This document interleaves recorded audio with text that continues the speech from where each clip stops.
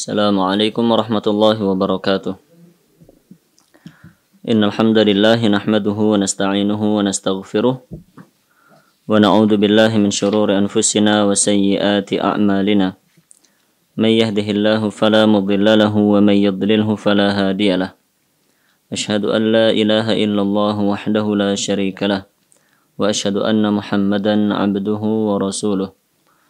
يا أيها الذين آمنوا اتقوا الله حق تقاته ولا تموتن إلا وأنتم مسلمون يا أيها الناس اتقوا ربكم الذي خلقكم من نفس واحدة وخلق منها زوجها وبث منهما رجالا كثيرا ونساء واتقوا الله الذي تساءلون به والأرحام إن الله كان عليكم رقيبا يا أيها الذين آمنوا اتقوا الله وقولوا قولا سديدا يصلح لكم أعمالكم ويغفر لكم ذنوبكم ومن يطع الله ورسوله فقد فاز فوزا عظيما أما بعد فإن أصدق الحديث كتاب الله وخير الهدي هدي محمد صلى الله عليه وسلم وشر الأمور محدثاتها فإن كل محدثة بدعة وكل بدعة ضلالة وكل ضلالة في النار اللهم صل وسلم وزد وبارك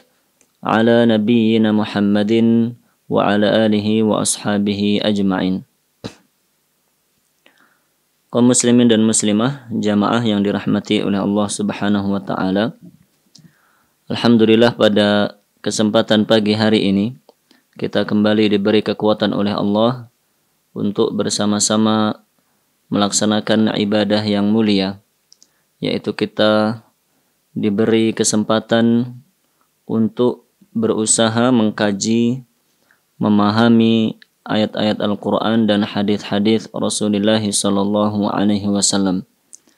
Maka kita berharap agar amal soleh yang kita kerjakan pada kesempatan kali ini benar-benar diterima oleh Allah Subhanahu wa taala, menjadi pemberat timbangan kebaikan kita ketika nanti kita menghadap kepada Allah Subhanahu wa taala. Begitu pula kita berharap dengan perantara amal soleh yang kita kerjakan ini, semoga Allah Subhanahu wa taala melindungi kita semuanya, menjauhkan kita semuanya dari berbagai macam mara bahaya dan kesulitan, musibah, penyakit ataupun musibah-musibah yang lainnya. Semoga dengan perantara amal soleh yang kita kerjakan ini Allah Subhanahu wa taala menjauhkan kita dari semua itu. Naam. Kaum muslimin dan muslimah yang dirahmati oleh Allah, pada pagi hari ini kita melanjutkan pembahasan tentang hadis-hadis seputar adab dan akhlak, yang pada kesempatan kali ini insyaallah kita akan membahas tentang sabar. Kita akan membaca hadis-hadis maupun ayat-ayat yang menjelaskan tentang sabar. Tema ini sangat baik untuk kita pelajari bersama, terkhusus dalam situasi seperti saat ini, di mana kita qaddarallahu wa masya'a fa'al sedang diberi cobaan oleh Allah Subhanahu wa taala. Bukan hanya kita saja, bahkan seluruh umat manusia di dunia ini atau kebanyakan umat manusia di dunia ini sedang Allah Subhanahu wa taala beri cobaan. Maka sangat baik kiranya kita membaca kembali, kita mentelaah kembali ayat-ayat Al-Qur'an dan hadis-hadis Rasulullah sallallahu alaihi wasallam berkaitan dengan kesabaran, agar kita bisa menjadi hamba-hamba yang sabar dalam menghadapi cobaan dan ujian seperti saat ini. Naam. Dalam bab ini penulis menyampaikan beberapa hadis, kurang lebih ada 4 hadis yang beliau sampaikan dalam bab ini. Yang pertama, an Abi Malik al-Ash'ari radhiyallahu an, dari Abu Malik al-Ash'ari radhiyallahu an, beliau mengatakan, qala Rasulullah sallallahu alaihi wasallam, Rasulullah sallallahu alaihi wasallam bersabda, "At-tuhuru syatrul iman." Bersuci adalah bagian dari iman. Atau dalam pendapat yang lain, menurut pendapat yang lain, memahami hadis ini dengan makna at-tuhuru syatrul iman, yaitu berwudu adalah separuh daripada salat. Naam. Walhamdulillahi tamla'ul mizan, dan ucapan alhamdulillah, ucapan hamdalah itu memenuhi mizan, memenuhi timbangan amal. Wa subhanallahi walhamdulillahi tamla'ani atau tamla'u ma bainas samawati wal ard. Sedangkan ucapan subhanallah walhamdulillah, maka kedua ucapan itu memenuhi antara langit-langit dan bumi. Was-salatu nurun, salat adalah cahaya. Was-sadaqatu burhanun, dan sedekah adalah bukti kebenaran iman seorang hamba. Was-sabru dhiyaun, kesabaran adalah pelita.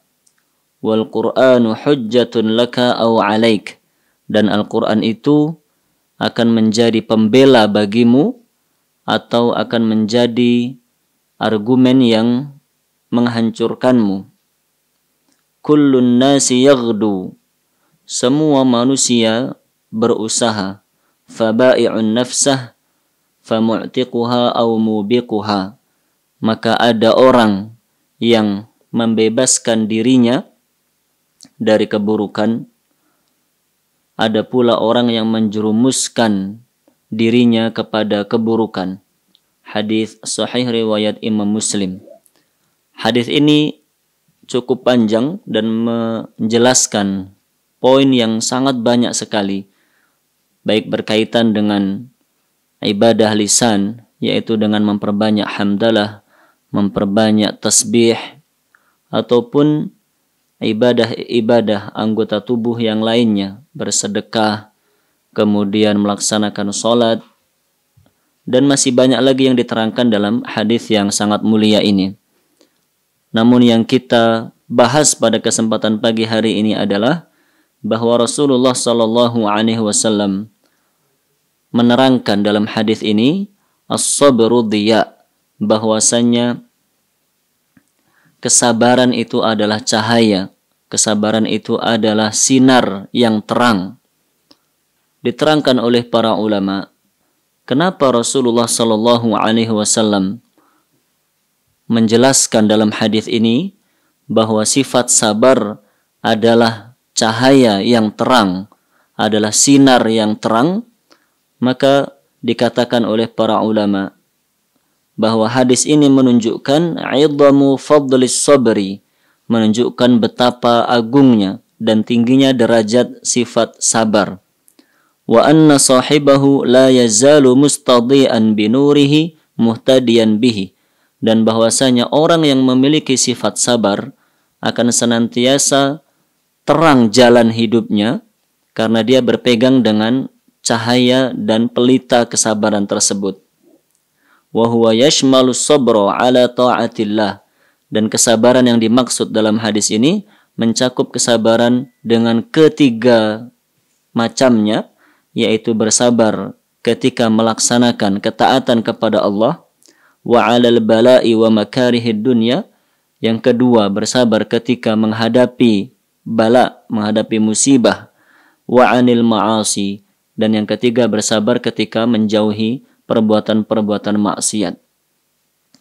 Jadi dalam hadis ini Rasulullah sallallahu alaihi wasallam mengabarkan kepada kita semuanya bahwa kesabaran itu menjadi cahaya, menjadi sinar yang terang bagi orang yang memiliki sifat kesabaran tersebut.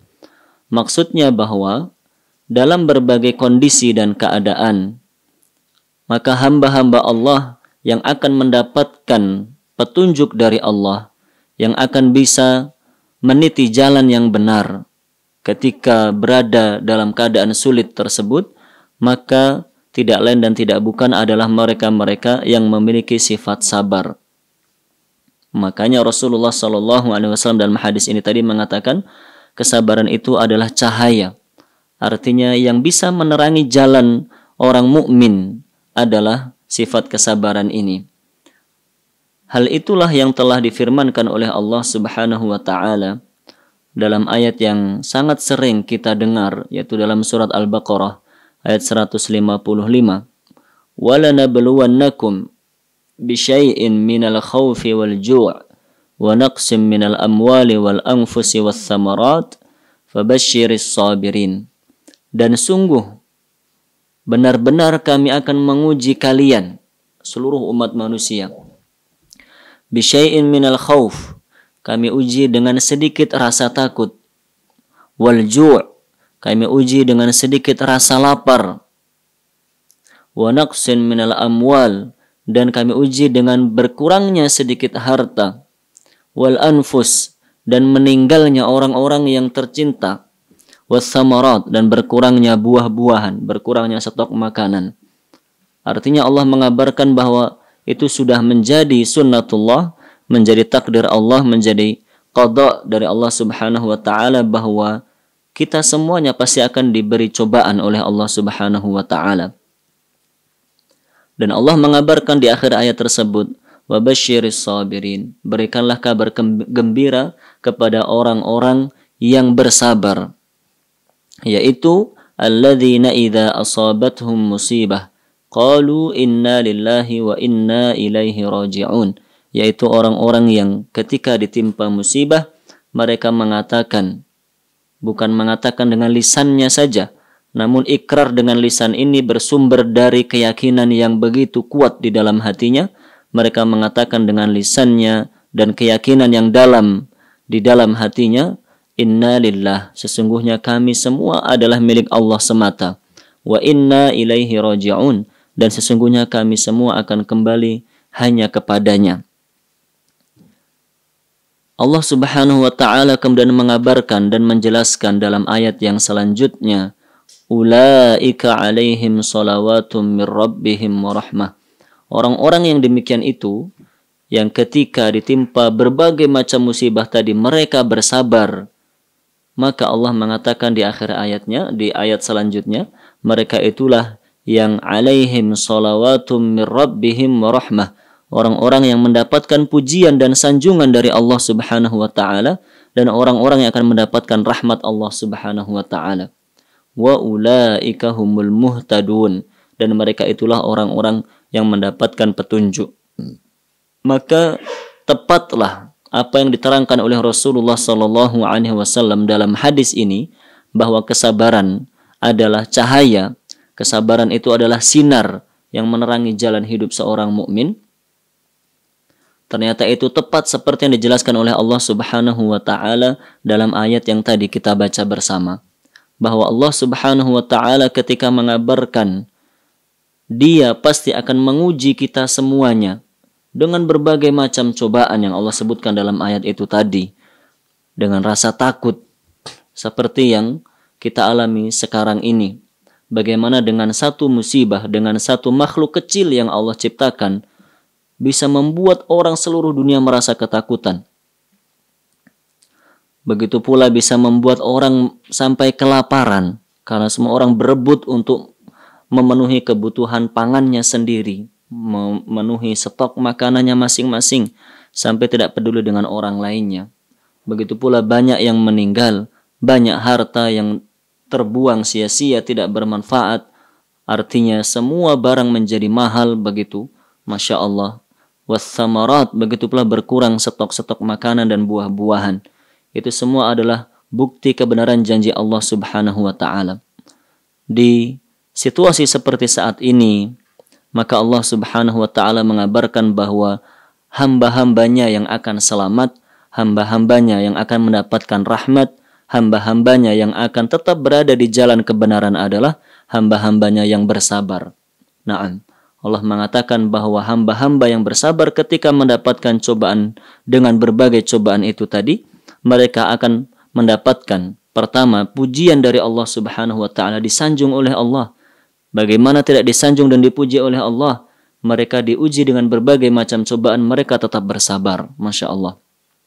Kemudian mereka dikarenakan sifat sabarnya mereka itu, mereka akan mendapatkan rahmat dari Allah Subhanahu wa Ta'ala. Mereka pula akan mendapatkan petunjuk dari Allah Subhanahu wa Ta'ala.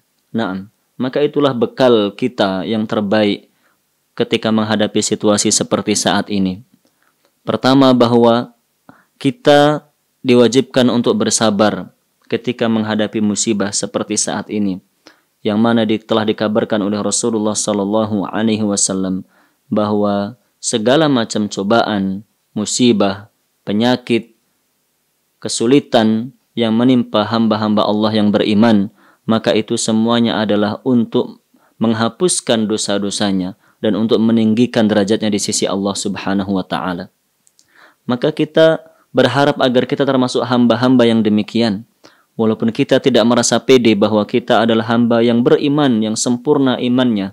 Kita tidak merasa demikian. Kita merasa begitu banyak kekurangan kita dalam melaksanakan ketaatan kepada Allah Subhanahu wa Ta'ala. Namun tentunya kita tetap harus optimis bahwa kita telah berusaha semampu yang kita, semaksimal yang kita mampu untuk melaksanakan ketaatan kepada Allah Subhanahu wa Ta'ala, menjauhi larangan-larangan Allah Subhanahu wa Ta'ala. Maka ketika turun musibah seperti ini, kita berharap bahwa kita termasuk hamba-hamba yang ketika diberi musibah oleh Allah, musibah itu berfungsi dan bertujuan untuk menghapuskan dosa-dosa kita dan mengangkat derajat kita di sisi Allah Subhanahu wa Ta'ala. Dan kita berlindung, memohon pertolongan kepada Allah Subhanahu wa Ta'ala agar tidak termasuk hamba yang jenis yang kedua, yaitu ketika diberi musibah, diberi bala, bencana, ternyata tujuan bencana itu adalah untuk menghukumnya. Wal'iyadzubillahi min dzalik. Naam, maka kita harus bersabar ketika menghadapi musibah seperti saat ini. Sabar dalam artian kita tidak banyak mengeluh. Kita tidak banyak mengeluh kepada sesama manusia. Kita mengadukan semua kesulitan kita, mengadukan semua kegundahan, ketakutan kita kepada Allah Subhanahu wa Ta'ala. Itulah arti sabar. Kita mengembalikan kepada Allah Subhanahu wa Ta'ala segala urusan kita, tidak banyak mengeluh dengan lisan kita kepada sesama umat manusia. Walaupun memang dibenarkan jika memang kita merasa sakit, kita merasa tidak sehat, kita dibenarkan meminta tolong kepada saudara kita, kepada keluarga kita, itu dibenarkan, bahkan itu termasuk ikhtiar kita dalam mencari kesembuhan. Namun yang dimaksud di sini adalah bahwa yang pertama yang harus kita lakukan adalah sebelum kita mengadu kepada manusia adalah kita harus mendekatkan diri kita kepada Allah Subhanahu wa Ta'ala. Naam. Kemudian kita bersabar dalam melaksanakan ketaatan kepada Allah di situasi seperti saat ini, yang mana telah difatwakan oleh para ulama, bahkan telah dikeluarkan peraturan pula oleh pemerintah kita bahwa kita dianjurkan untuk melaksanakan ibadah di rumah masing-masing. Bahkan sholat fardu 5 waktu secara berjamaah dilaksanakan di rumah masing-masing. Bahkan sholat Jumat pun demikian. Naam. Maka tetap kita melaksanakan ketaatan-ketaatan kepada Allah Subhanahu wa Ta'ala semaksimal yang kita mampu dengan penuh kesabaran. Melaksanakan ketaatan demi ketaatan kepada Allah Subhanahu wa Ta'ala. Agar dengan ketaatan dan amal soleh yang banyak kita kerjakan itu, Allah Subhanahu wa Ta'ala kemudian menurunkan pertolongannya kepada kita semuanya. Karena sesungguhnya Allah Subhanahu wa Ta'ala menjanjikan pertolongan bagi hamba-hambanya yang beriman. Hamba-hamba yang beriman yaitu hamba-hamba yang melaksanakan ketaatan kepada Allah dan menjauhi larangan-larangan Allah Subhanahu wa Ta'ala. Allah Subhanahu wa Ta'ala berfirman, "Wa kana haqqan 'alaina nasrul mu'minin." Dan merupakan kewajiban atas kami, yaitu Allah Subhanahu wa Ta'ala, untuk menolong hamba-hamba yang beriman.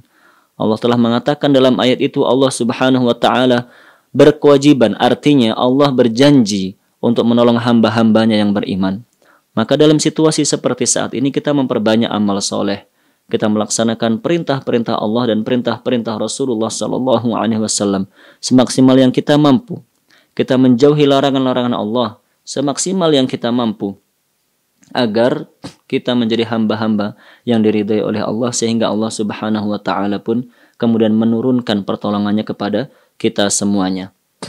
Dan di antara ketaatan yang dapat menyelamatkan kita dari murka Allah, di antara bentuk ketaatan yang dapat mengundang rahmat Allah dan pertolongan dari Allah Subhanahu wa taala adalah dengan kita memperbanyak zikir, memperbanyak istighfar kepada Allah Subhanahu wa taala. Allah Subhanahu wa taala berfirman dalam surat Al-Anfal ayat 33, ketika Allah Subhanahu wa taala menceritakan tentang orang-orang kafir Quraisy.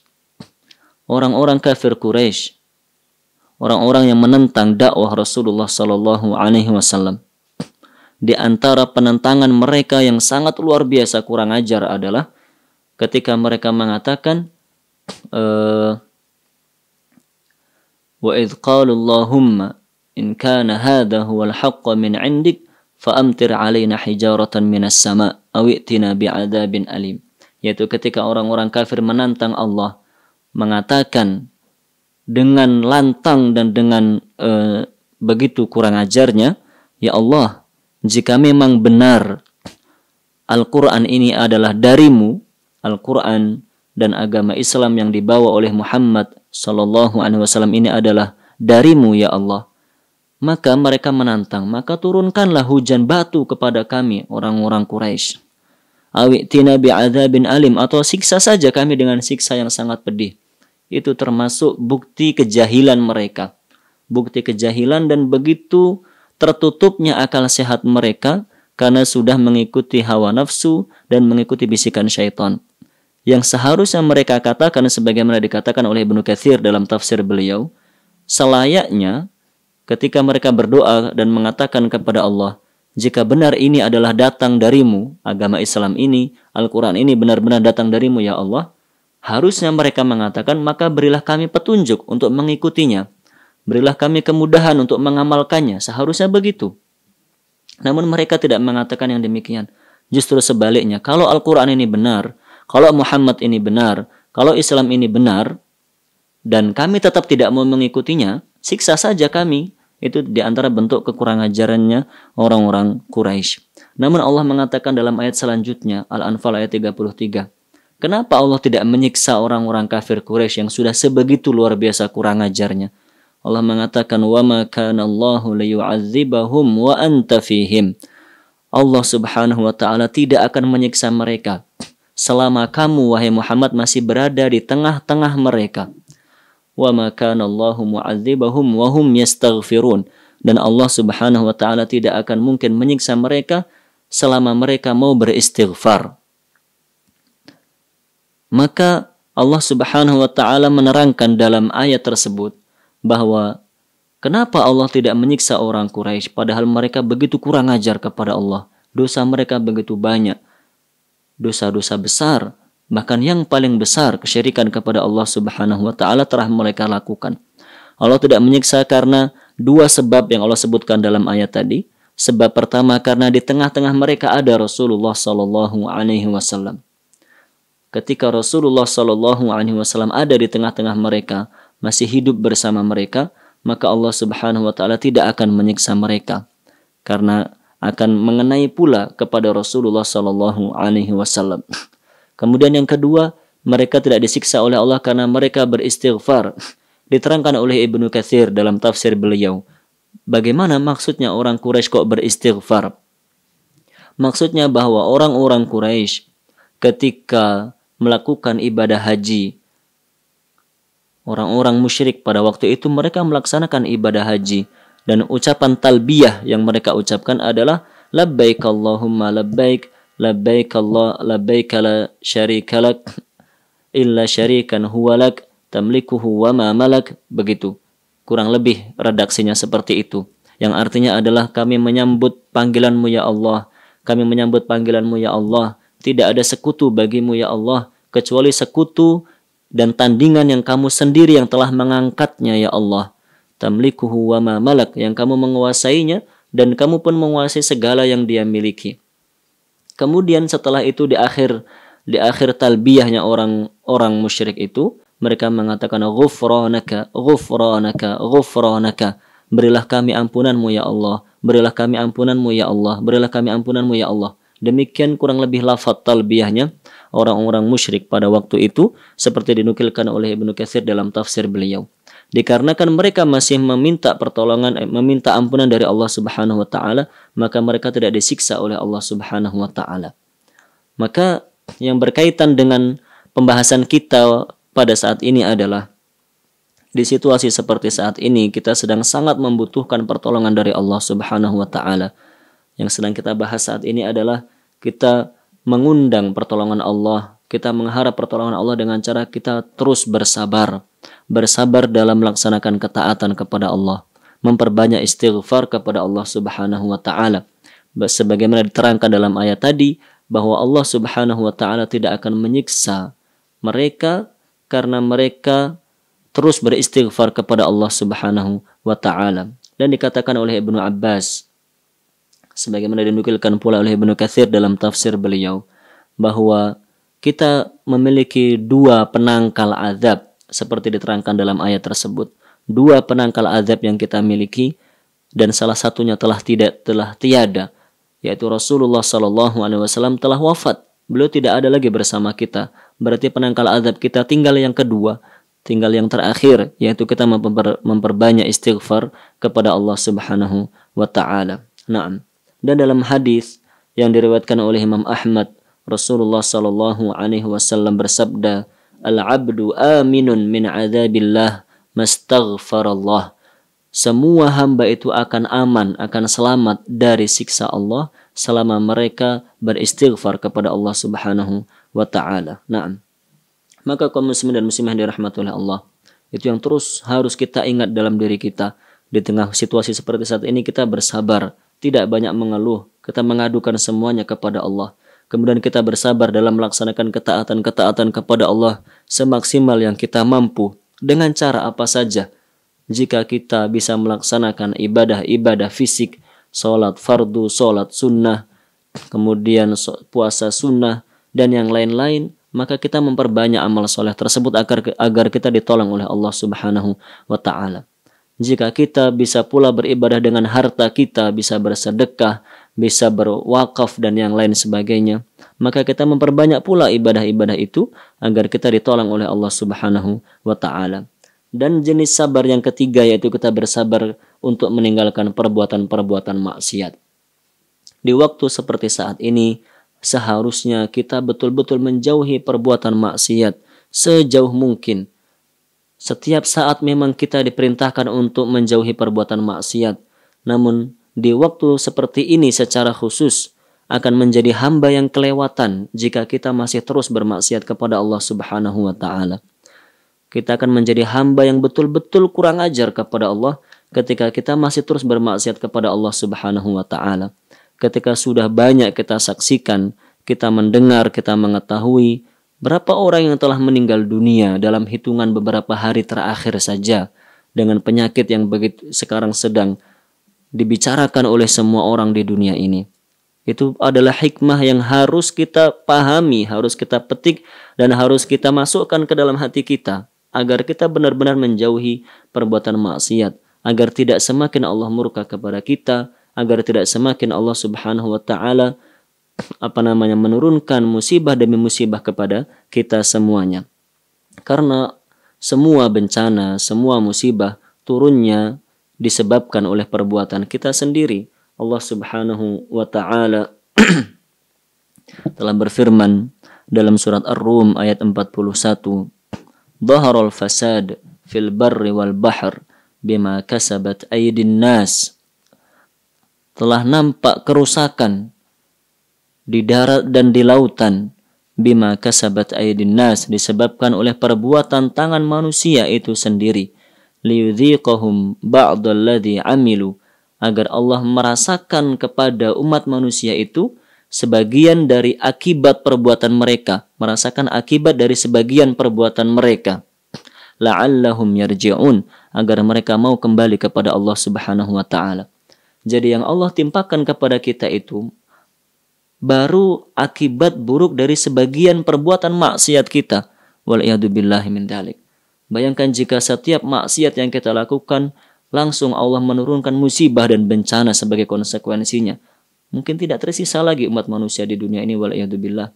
Namun ternyata Allah masih begitu merahmati kita dan menyayangi kita. Begitu banyak dosa maksiat yang dikerjakan oleh umat manusia dan hanya sebagiannya saja yang Allah jadikan itu penyebab untuk turunnya azab dan siksa dari Allah Subhanahu wa taala. Naam. Rasulullah sallallahu alaihi wasallam juga telah bersabda dalam hadis yang diriwayatkan oleh Ibnu Hibban, dihasankan oleh Al-Albani rahimahullah, "Ma dhahara fi qaumin az-zina war-riba illa ahallu bi anfusihim iqaballahi azza wa jalla." Tidaklah perbuatan zina, tidak pula riba merebak di satu kaum, melainkan dengan itu semua mereka telah membuat Allah Subhanahu wa taala menyiksa mereka, melainkan dengan perbuatan zina yang mereka kerjakan itu dan riba yang mereka konsumsi itu membuat mereka disiksa oleh Allah Subhanahu wa taala. Waliyadzubillah. Maka itulah jawabannya. Kenapa begitu banyak musibah dan bencana?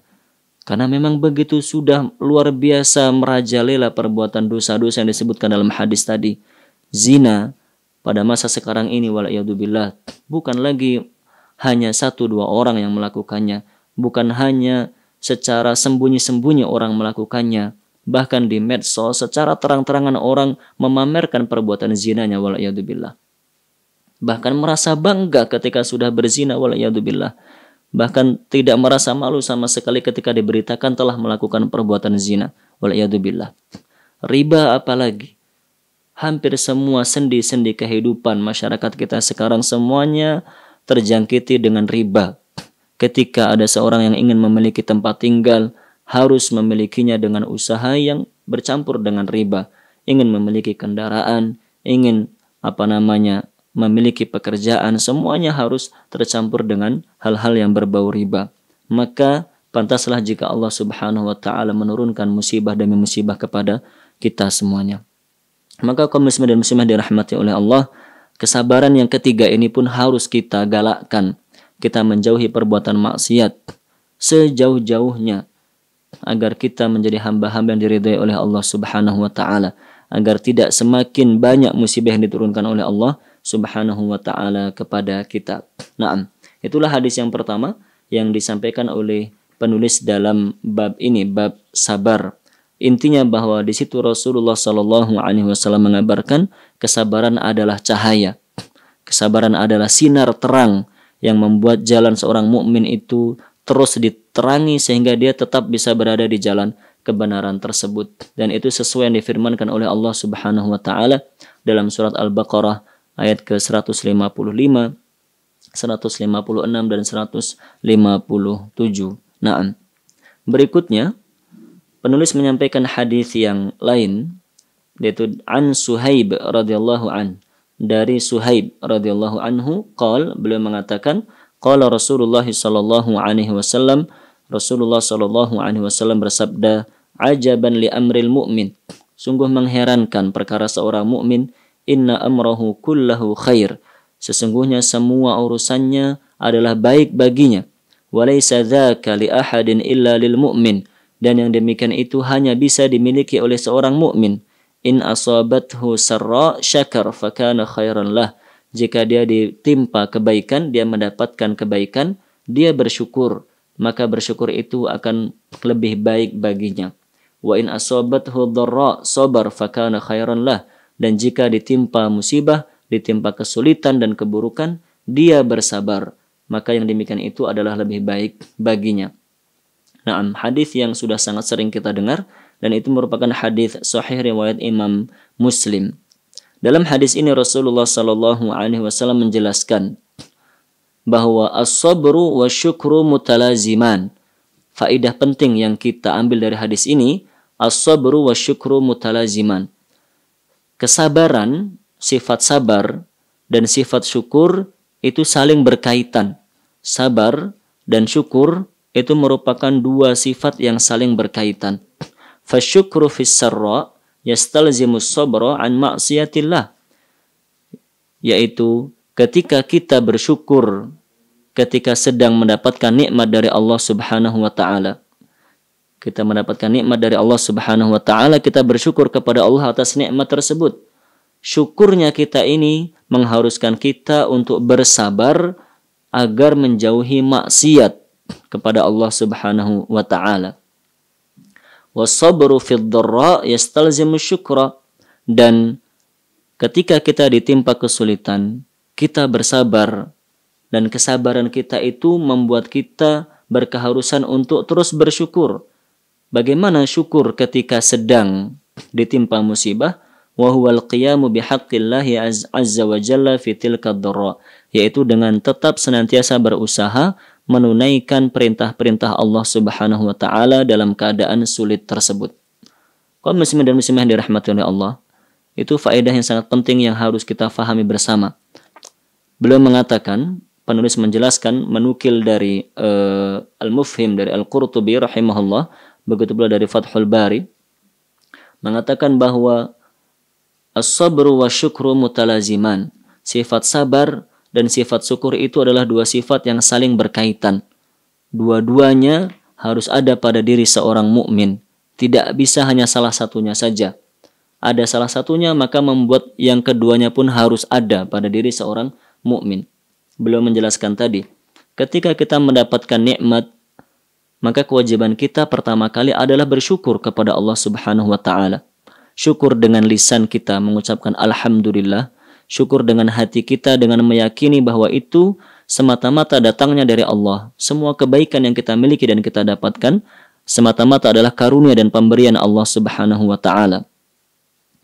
Kemudian syukur dengan anggota tubuh kita, yaitu dengan menggunakan nikmat yang diberikan oleh Allah itu dalam ketaatan-ketaatan kepada Allah.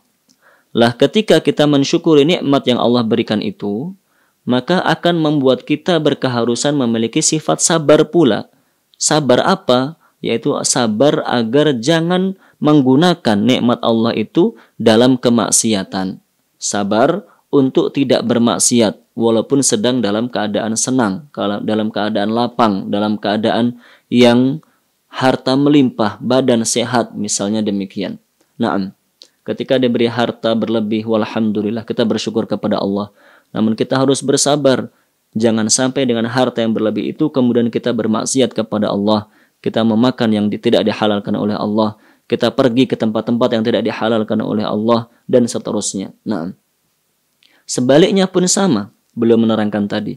Ketika ditimpa musibah, kita kewajiban pertama kali adalah bersabar. Yaitu tidak banyak mengeluh. Lisan kita jaga agar tidak banyak mengeluh. Kita mengadukan semuanya kepada Allah Subhanahu wa taala. Dan kesabaran itu, kesabaran ketika menghadapi musibah itu membuat kita harus tetap bersyukur. Bersyukur dengan cara lisan kita tetap memuji Allah. Alhamdulillah ala kulli hal. Segala puji bagi Allah Subhanahu wa taala atas segala keadaan. Bagaimanapun keadaannya tetap alhamdulillah, segala puji bagi Allah. Karena semuanya telah ditakdirkan dan diatur oleh Allah sesuai dengan kebijakan dan hikmah yang terbaik yang Allah Subhanahu wa taala yang lebih mengetahuinya. Naam. Dan syukur ketika ditimpa musibah dengan cara tetap melaksanakan perintah-perintah Allah Subhanahu wa taala. Jadi seperti saat ini misalnya ketika kita banyak diberi cobaan oleh Allah Subhanahu wa taala, maka kita tetap berusaha melaksanakan perintah Allah.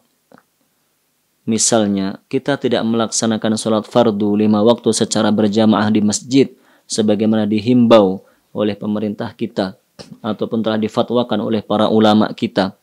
Jika kita mengambil pendapat tersebut, maka tafadhol, silahkan. Namun tetap ketika kita melaksanakan sholat fardu 5 waktu di rumah, tetap kita laksanakan sebaik mungkin.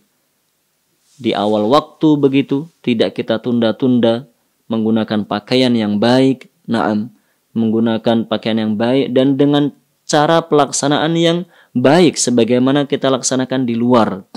Tidak kemudian dibedakan. Kalau di luar sholatnya nampak khusyuk, lama, bacaannya bagus, tapi ketika di rumah bacanya seadanya, pakaiannya seadanya, waktunya pun kapan-kapan saja semau dia, tidak selalu di awal waktu. Itu menunjukkan tidak bersyukur ketika sedang menghadapi musibah. Naam. Kemudian hadis yang ketiga yang disebutkan oleh penulis dalam bab ini adalah an Anas ibn Malik radhiyallahu anhu qala, dari Anas bin Malik radhiyallahu anhu beliau mengatakan, marran Nabi sallallahu alaihi wasallam bimra'atin tabki 'inda qabrin. Suatu ketika Rasulullah sallallahu alaihi wasallam melewati seorang wanita yang sedang menangisi satu kuburan. Faqal ittaqillaha wasbiri. Maka Rasulullah sallallahu alaihi wasallam bersabda kepada wanita tersebut, kepada sahabiyah tersebut yang sedang menangis di kuburan, bertakwalah kamu kepada Allah dan bersabarlah kamu. Qalat, tapi ternyata sahabiyah tersebut menjawab, ilaika anni, menjauhlah kamu dariku. Lam fa innaka lam tusab bi musibati wa lam ta'rifhu. Karena kamu belum ditimpa musibah seperti yang menimpaku dan kamu tidak tahu bagaimana rasanya ditimpa musibah seperti itu. Naam. Faqila laha, maka Rasulullah sallallahu alaihi wasallam pun langsung pergi. Ketika dijawab demikian oleh sahabiyah tersebut, maka Rasulullah sallallahu alaihi wasallam pun pergi meninggalkannya. Faqila laha, maka ada orang yang menyampaikan dan memberitahu wanita ini, innahun Nabi sallallahu alaihi wasallam. Tahukah kamu, beliau tadi itu adalah Rasulullah sallallahu alaihi wasallam yang menegurmu, yang menasihatimu barusan itu adalah Rasulullah sallallahu alaihi wasallam. Artinya tidak layak bagimu menjawab Rasulullah dengan jawaban seperti itu. Fa'atat baban Nabi sallallahu alaihi wasallam falam tajir indahu bawabin. Maka sahabiyah itu pun mendatangi Rasulullah sallallahu alaihi wasallam, mendatangi rumah Rasulullah sallallahu alaihi wasallam, dan dia melihat ternyata rumahnya Rasul sallallahu alaihi wasallam itu tidak ada penjaganya, tidak ada security-nya. Biasa saja seperti rumah orang lain, tidak ada security, tidak ada penjaga keamanan, tidak ada yang berlapis-lapis seperti orang-orang yang lainnya. Faqalat lam a'rifka. Setelah bertemu dengan Rasulullah sallallahu alaihi wasallam, sahabiah tersebut mengatakan, lam a'rifka, aku tidak mengenalmu. Artinya dia mohon maaf kepada Rasulullah sallallahu alaihi wasallam bahwa dia tadi menjawab dan mengatakan perkataan yang yang cukup keras kepada Rasulullah sallallahu alaihi wasallam, yang tidak sopan kepada beliau karena dia belum mengetahui, belum mengenal bahwa Anda itu adalah Rasulullah sallallahu alaihi wasallam. Dia beriman. Wanita ini adalah wanita yang beriman, namun dia belum mengetahui bahwa Rasulullah adalah yang ini. Naam. Faqal, maka Rasulullah sallallahu alaihi wasallam menjawab, innamas sabru 'inda sadmatil ula. Kesabaran itu dinilai kesabaran dalam gempuran yang pertama. Seorang itu dinilai sebagai orang yang bersabar, yaitu jika dia mampu menahan dirinya, tidak mengeluh, tidak mengatakan ucapan-ucapan yang kotor di awal-awal musibahnya. Naam, hadis sahih riwayat Imam Bukhari dan Imam Muslim. Dalam hadis itu Rasulullah sallallahu alaihi wasallam menerangkan bahwa itulah di antara barometer kesabaran. Sangat penting untuk kita fahami dan kita amalkan. Jika kita ingin mengetahui apakah kita termasuk hamba yang bersabar ataukah bukan, barometernya adalah disebutkan dalam hadis ini tadi. Apakah kita mampu menahan diri kita untuk tidak mengeluh, untuk tidak mengucapkan kata-kata kotor ketika ditimpa musibah, di awal-awal musibah itu turun menimpa kita. Innamas sabru 'inda sadmatil ula. Kesabaran adalah ketika dalam hentakan yang pertama, ketika musibah terasa sangat kuat. Kita mengetahui bersama bahwa musibah itu ketika baru turun menimpa kita, mengenai kita, ketika itulah musibah terasa sangat berat karena kita merasa kaget begitu. Yang awalnya hidupnya tenang, tiba-tiba datang musibah. Maka satu sisi kita merasa kaget sehingga rasanya musibah itu sangat-sangat besar. Jika ketika itu kita bisa menahan diri, bersabar, tidak mengeluh, tidak mencela, kita mengadukan semua urusan kita kepada Allah, maka ketika itulah kita dinilai sebagai hamba yang bersabar. Adapun jika kita bisa menahan diri setelah itu, setelah musibah berlalu sedikit waktu begitu, maka semua orang pun bisa menahan diri. Jika musibah itu sudah semakin berlalu dimakan oleh waktu, maka semakin terasa ringan karena kita sudah mulai terbiasa dengan musibah tersebut. Misalnya sakit. Orang ketika pertama sakit rasanya sangat berat. Harusnya hari ini dia punya agenda 1, 2, 3, 4. Harusnya dia punya acara ini dan itu. Menghadiri ini dan itu, semuanya dia sudah persiapkan. Ternyata tidak bisa hadir, qadarullah wa masya'a fa'al. Nah, ketika dia bisa bersabar, ketika itu maka itulah dinilai hamba yang bersabar. Adapun jika sudah berlalu 1 hari, 2 hari, memang keadaannya sudah begitu, kita sudah hanya bisa pasrah saja. Maka itu harus kita pahami bersama. Kesabaran, dinilai kesabaran jika kita bisa menjadi hamba yang bersabar, menahan diri kita, mengembalikan semuanya kepada Allah di awal-awal musibah itu datang. Nah, hadis yang terakhir yang diterangkan oleh Rasul, yang disebutkan oleh penulis di sini adalah an Anas bin Malik radhiyallahu anhu qala, dari Anas bin Malik radhiyallahu anhu beliau mengatakan, sami'tu Nabiyya sallallahu alaihi wasallam yaqul, innallaha qala idza batalaitu 'abdi bihabibataihi fasabar 'awwadtuhu minhumal jannah. Rasulullah sallallahu alaihi wasallam bersabda, sesungguhnya Allah Subhanahu wa taala berfirman. Artinya ini adalah hadis qudsi. Dalam hadis qudsi Allah berfirman, jika aku menguji hambaku dengan 2 kekasihnya, maksudnya adalah dengan kedua matanya. Jika aku menguji hambaku dengan menghilangkan penglihatannya, membuat dia tidak bisa melihat dengan kedua matanya, fasabara, kemudian dia tetap bersabar, awwadtuhu minhumal jannah, maka aku akan mengganti baginya 2 penglihatan kedua matanya itu dengan surga. Hadis sahih riwayat Imam Bukhari. Masya Allah.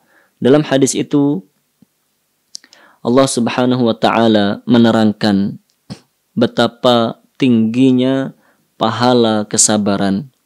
Yang disebutkan dalam hadis itu adalah ketika ada seorang hamba dicoba oleh Allah, diuji oleh Allah Subhanahu wa taala, diberi musibah dengan dicabut penglihatannya.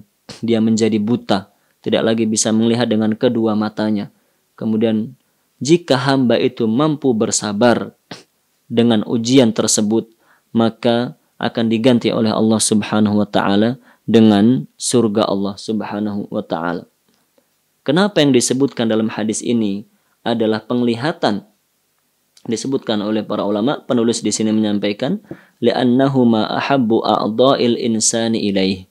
Karena mata itu adalah nikmat yang paling besar bagi umat manusia. Naam, dengan mata kita bisa melihat keindahan alam. Dengan mata kita bisa membaca Al-Quran. Dengan mata kita bisa melakukan banyak sekali hal yang bisa kita lakukan dengan kedua mata kita. Itu merupakan nikmat yang besar yang diberikan oleh Allah Subhanahu wa taala kepada kita. Oleh karenanya ketika nikmat yang besar itu dicabut oleh Allah dan hamba tersebut tetap bersabar, maka hamba itu akan dijanjikan surga oleh Allah Subhanahu wa taala. Namun dalam ayat yang lainnya, dalam ayat Allah Subhanahu wa taala berfirman dalam surat Az-Zumar, "Innama yuwaffas sabiruna ajrahum bighairi hisab." Tidak lain orang-orang yang bersabar itulah yang akan diberikan pahalanya bighairi hisab, tanpa batas. Surat Az-Zumar ayat ke-10. Maka dalam ayat tersebut Allah menerangkan bahwa pahala besar itu dijanjikan oleh Allah Subhanahu wa taala kepada semua hamba-hambanya yang bersabar. Nah, oleh karena itu kaum muslimin dan muslimah dirahmati oleh Allah, demikian beberapa hadis yang disampaikan oleh penulis dalam bab ini tentang kesabaran. Intinya bahwa dengan membaca ke semua hadis tersebut, kami mengajak diri pribadi dan seluruh kaum muslimin dan muslimah pada umumnya, dalam situasi seperti saat ini, marilah kita menjadi hamba-hamba yang bersabar. Bersabar ketika menerima musibah seperti saat ini. Bersabar untuk bisa melaksanakan ketaatan kepada Allah. Di antara bentuk ketaatan kita kepada Allah adalah kita mentaati pemerintah kita, mentaati peraturan-peraturan yang telah dikeluarkan oleh pemerintah kita. Pemerintah mengeluarkan peraturan, yaitu pada saat-saat seperti ini kita diharapkan untuk tidak banyak melakukan aktivitas di luar rumah, lebih banyak berada di rumah. Maka kita taati peraturan itu, terlebih bahwa peraturan itu bertujuan untuk kebaikan kita sendiri, kemaslahatan kita sendiri. Maka kita kurangi kegiatan di luar rumah sebagaimana yang dianjurkan oleh pemerintah kita dan dianjurkan pula oleh para ulama kita. Jangan kemudian kita membangkang, kemudian kita merasa pede, di tempat saya aman-aman saja misalnya. Bukankah telah banyak pula disampaikan oleh warga negara lain yang negaranya sekarang sudah mencapai level musibah lebih genting daripada kita, bahwa dulunya pun mereka memiliki anggapan yang sama. Dulunya mereka mengira bahwa itu musibah yang mungkin terjadi di sana, nggak akan terjadi di tempat kita. Namun ternyata akhirnya terjadi di tempat mereka sendiri, bahkan mencapai level yang sangat mengerikan, dikarenakan mereka tidak mengindahkan peraturan-peraturan itu semuanya. Maka kita harus bersabar ketika menghadapi musibah ini, bersabar melaksanakan ketaatan kepada Allah semaksimal yang kita mampu, kemudian kita bersabar untuk meninggalkan kemaksiatan-kemaksiatan kepada Allah. Dengan kesabaran itu, Allah Subhanahu wa taala menjanjikan sebagaimana dalam surat Al-Baqarah tadi, ayat 156, 157, bahwa hamba-hamba yang bersabar ketika diberi musibah oleh Allah Subhanahu wa taala, pertama mereka akan mendapatkan pujian dari Allah. Kedua, mereka akan mendapatkan rahmat dari Allah. Ketiga, mereka akan mendapatkan petunjuk dari Allah Subhanahu wa taala. Di antara ketaatan yang harus kita perbanyak seperti saat ini adalah dengan memperbanyak istighfar kepada Allah, kemudian memperbanyak zikir kepada Allah Subhanahu wa taala, mendekatkan diri kita kepada Allah, membaca doa yang telah diajarkan oleh Rasulullah sallallahu alaihi wasallam. Di antaranya adalah doa yang diriwayatkan oleh Abu Dawud rahimahullah dan yang lain-lain. Doa berlindung dari berbagai macam penyakit yang diriwayatkan oleh Abu Dawud yang berbunyi Allahumma inni a'udzubika minal baras wal junun wal judham wa min sayyi'il asqam. Ya Allah, aku berlindung kepadamu dari penyakit baros, penyakit kulit, penyakit belang. Wal junun, aku berlindung kepadamu dari sakit gila. Wal judham, aku berlindung kepadamu dari penyakit lepra. Wa min sayyi'il asqam, dan aku berlindung kepadamu dari segala macam keburukan penyakit-penyakit yang lainnya. Naam, doa itu harus kita perbanyak agar kita ditolong oleh Allah Subhanahu wa taala. Naam. Dan jika ada di antara kita yang qaddarallahu wa masya'a fa'al, telah tertimpa penyakit corona misalnya, qaddarallahu ma syaa fa'al, kita telah ditimpa musibah tersebut, telah terkena virus tersebut, maka kita dalam usaha kita mencari kesembuhan, maka kesembuhan itu datangnya dari Allah Subhanahu wa taala semata. Usaha kita untuk berobat secara medis, mencari obat kimia dan yang lain-lain itu adalah ikhtiar yang diajarkan dalam syariat Islam. Kita harus melakukannya, kita harus berikhtiar untuk mencari kesembuhan. Namun lebih daripada itu, semua kesembuhan datangnya dari Allah Subhanahu wa taala. Maka perbanyak berdoa kepada Allah dengan memperbanyak ruqyah untuk diri kita sendiri yang sedang sakit, diruqyah diri kita sendiri sebagaimana diajarkan oleh Rasulullah sallallahu alaihi wasallam, dengan membaca Al-Fatihah, dengan membaca ayat kursi, membaca Al-Ikhlas, Al-Falaq, An-Nas. Itu semua adalah ruqyah-ruqyah syar'iyyah yang diajarkan oleh Rasulullah sallallahu alaihi wasallam. Naam. Semoga dengan demikian kita semuanya dijaga oleh Allah Subhanahu wa taala dari keburukan, dan kita semuanya diberi kesempatan oleh Allah Subhanahu wa taala untuk terus beramal soleh dan diberi kekuatan oleh Allah Subhanahu wa taala untuk meninggalkan kemaksiatan-kemaksiatan agar kita menjadi hamba-hamba yang diridhai oleh Allah Subhanahu wa taala. Naam. Silakan jika ada yang mau ditanyakan.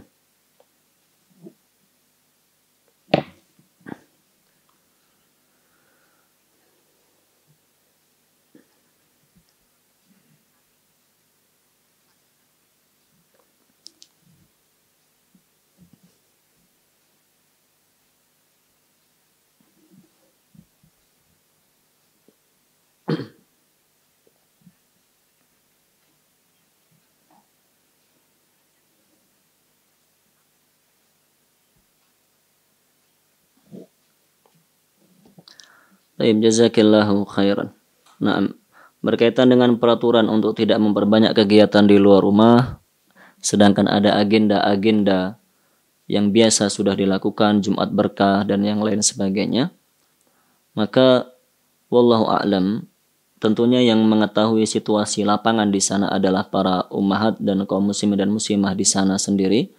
Namun secara umum kami sampaikan bahwa jika memang memungkinkan untuk menyalurkan sembako dan bantuan seperti biasanya tanpa harus dengan jumlah tenaga yang banyak, artinya cukup 2 orang atau 3 orang saja untuk mengantarkan sembako itu dan membagikannya, menyerahkannya kepada orang miskin dan orang du'afa yang lainnya, maka itu cukup baik insyaallah ta'ala. Kan artinya yang himbauan yang disampaikan oleh pemerintah itu secara umum semuanya sama di seluruh daerah, secara umum sama, tidak memperbanyak kegiatan di luar rumah. Artinya jika dalam keadaan yang dibutuhkan, maka tetap boleh untuk melakukan kegiatan di luar rumah. Sebagaimana yang terjadi di kami di sini di wilayah Solo dan sekitarnya, telah dihimbau untuk melakukan hal yang sama, tidak memperbanyak kegiatan di luar rumah.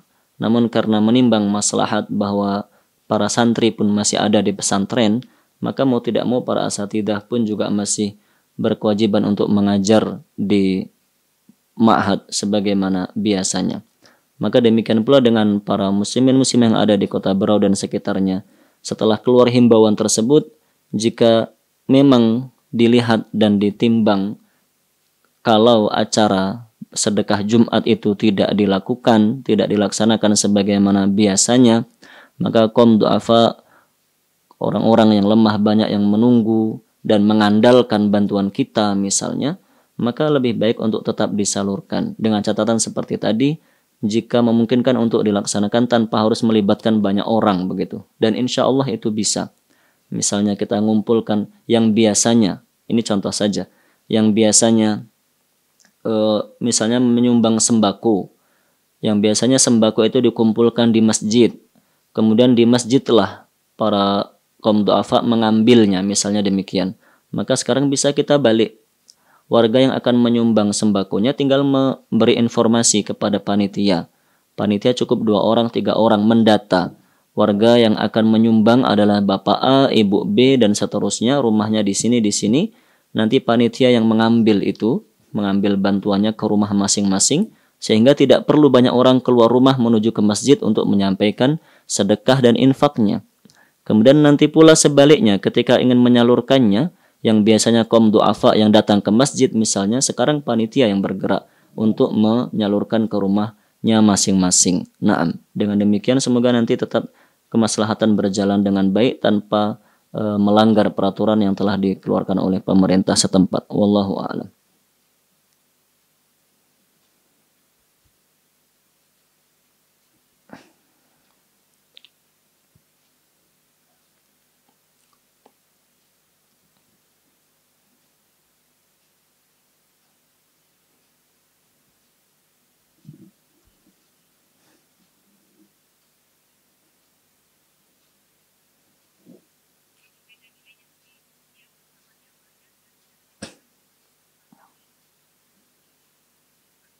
Nah, jazakillahu khairan.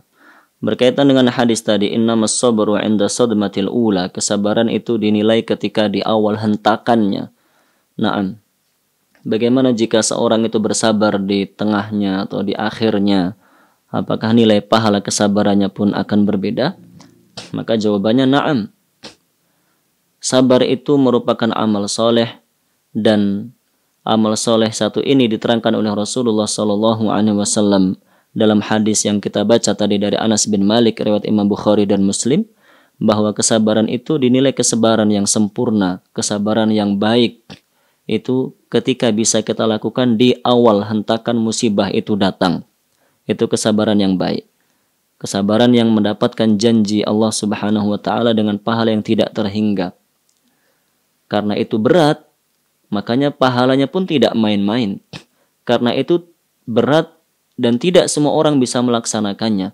Hanya hamba-hamba Allah yang mendapatkan taufik dari Allah yang dapat melaksanakannya, makanya pun karunia yang dijanjikan bagi hamba-hamba seperti itu pun sangat luar biasa, dijanjikan surga oleh Allah Subhanahu wa taala. Adapun kemudian jika sudah berlalu sedikit waktu atau bahkan sudah cukup lama baru kita bersabar, maka pahalanya pasti akan berbeda. Nah, semua ibadah seperti itu, bahwa jika kita bisa maksimal dari awal, maka ibadah itu akan semakin sempurna. Sebagaimana dalam sholat kita, Rasulullah SAW mengabarkan dalam sebuah hadis, "Ma yusallil abdu thumma saraf wa ma kutiba lahu illa nisfuha aw rubu'uha aw sudusuha wa hakadha," kama qala Rasulullah SAW. Yang artinya bahwa Rasulullah SAW mengabarkan seorang ketika melaksanakan ibadah sholat, kemudian selesai sholat, ada yang hanya mendapatkan pahalanya separuhnya saja, ada yang mendapatkan pahalanya seperempatnya saja, ada yang hanya seperlimanya saja, seperenamnya saja. Terus demikian. Beliau mengatakan dan menjelaskan bahwa yang paling maksimal pahalanya mendapatkan separuh dari ibadah sholatnya itu. Diterangkan oleh para ulama, kenapa berbeda pahalanya?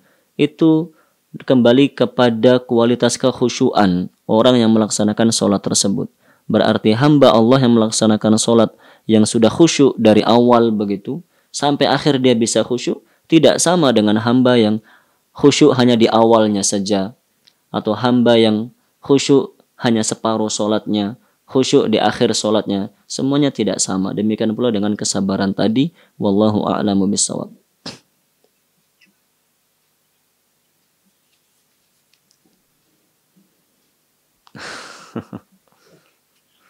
Nah, apa betul kesabaran itu ada batasnya? Allah Subhanahu wa taala berfirman dalam Al-Qur'an, "Wasbir wa ma sabruka illa billah." Bersabarlah kamu, teruslah bersabarlah kamu, dan tidak lain kesabaranmu semata-mata mengharap pahala dari Allah Subhanahu wa taala. Jika ditanya, apakah kesabaran ada batasnya? Maka jawabannya dengan ayat tadi. Apakah kita mengharap pahala dari Allah itu ada batasnya? Jawabannya tidak ada. Kita tidak pernah merasa kenyang dengan pahala Allah. Begitu pula kita tidak pernah merasa ada batasan untuk kesabaran kita demi mengharap pahala dari Allah Subhanahu wa taala. Naam. Maka terus bersabar, dan bersabar itu dengan 3 macamnya tadi. Bersabar ketika ada musibah, bersabar ketika melaksanakan ketaatan kepada Allah. Ketaatan kepada Allah bukan hanya sekarang saja, namun hingga akhir hayat. Kesabaran untuk meninggalkan kemaksiatan hingga akhir hayat. Berarti kesabaran itu batasnya hingga akhir hayat. Karena hingga akhir hayatlah kita terus berusaha mencari pahala dari Allah Subhanahu wa taala. Naam. Wallahu a'lam.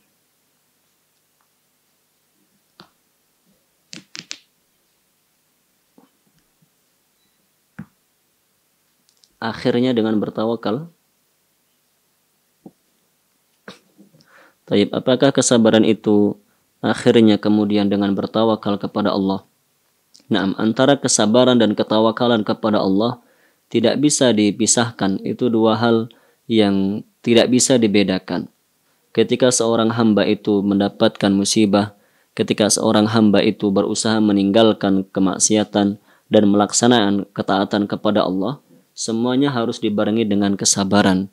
Dan dengan kesabaran itu, kemudian dia bisa bertawakal kepada Allah Subhanahu wa ta'ala. Maka jika ditanyakan mana duluan, tawakal dulu atau sabar dulu?